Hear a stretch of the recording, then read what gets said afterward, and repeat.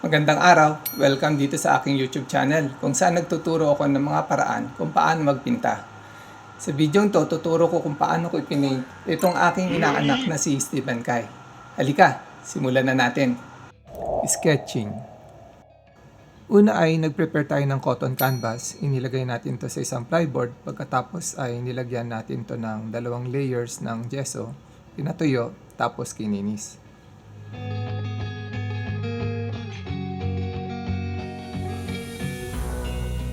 Sa bahaging to, ginuhit ko ng freehand ang mukha ni Kai gamit ang willow charcoal.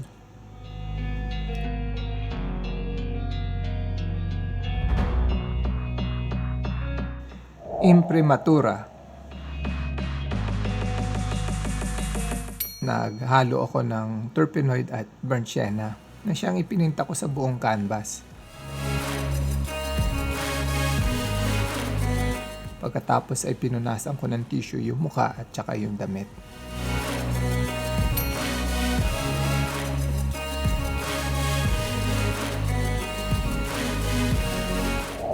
Burnt umber stage.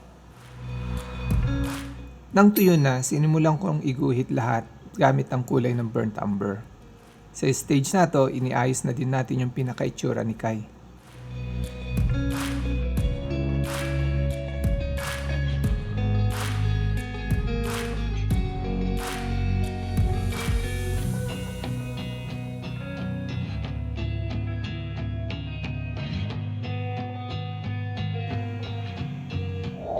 Base color of the shirt. Gaya ng itunuro ko sa huling video, kailangan ipinta muna natin yung shirt para mas madali nating mahusgahan ang tamang kulay na gagamitin sa skin tone.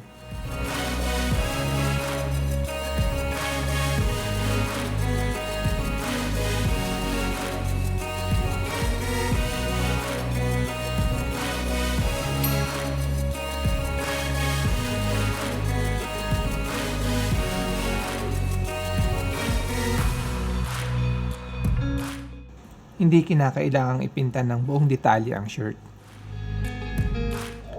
Skin tone. Kalimitan nagsisimula ako sa pagpinta ng mata. Ang pinakamahalaga naman dito sa stage na to ay may pakita mong pagkakaiba ng kulay ng skin tone na nasa shadow at yung skin tone na nasa liwanag.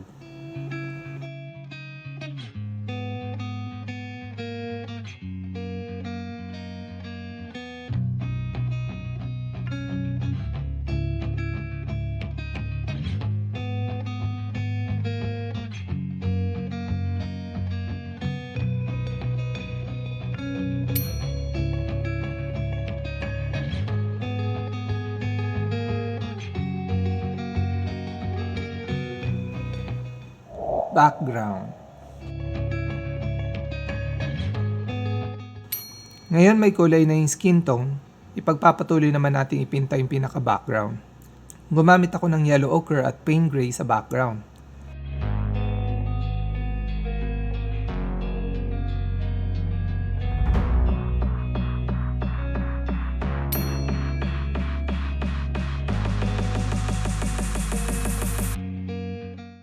Sa parteng to, dapat may pakita nyo na merong source of light at meron yung ibang parte na nasa shadow na siyang susuporta sa light and shadow sa skin tone.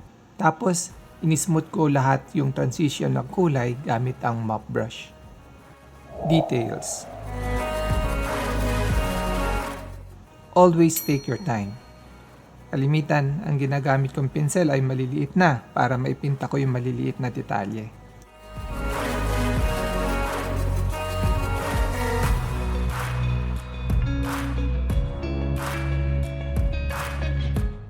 Tapos, ang magbibigay buhay sa oil sketch na ito ay yung highlight.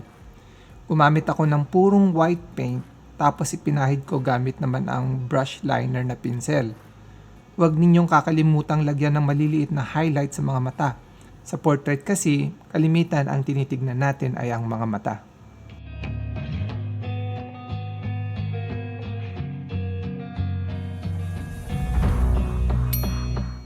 Kapag tuyo na ang painting ninyo, pahiran nyo ito ng varnish para mas mabuhay ang kulay.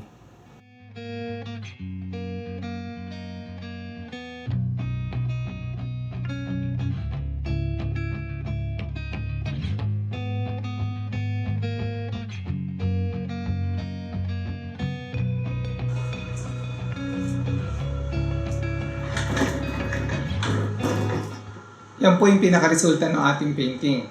Sana nagustuhan nyo. Sige, kita-kita tayo ulit sa susunod na video. Paalam!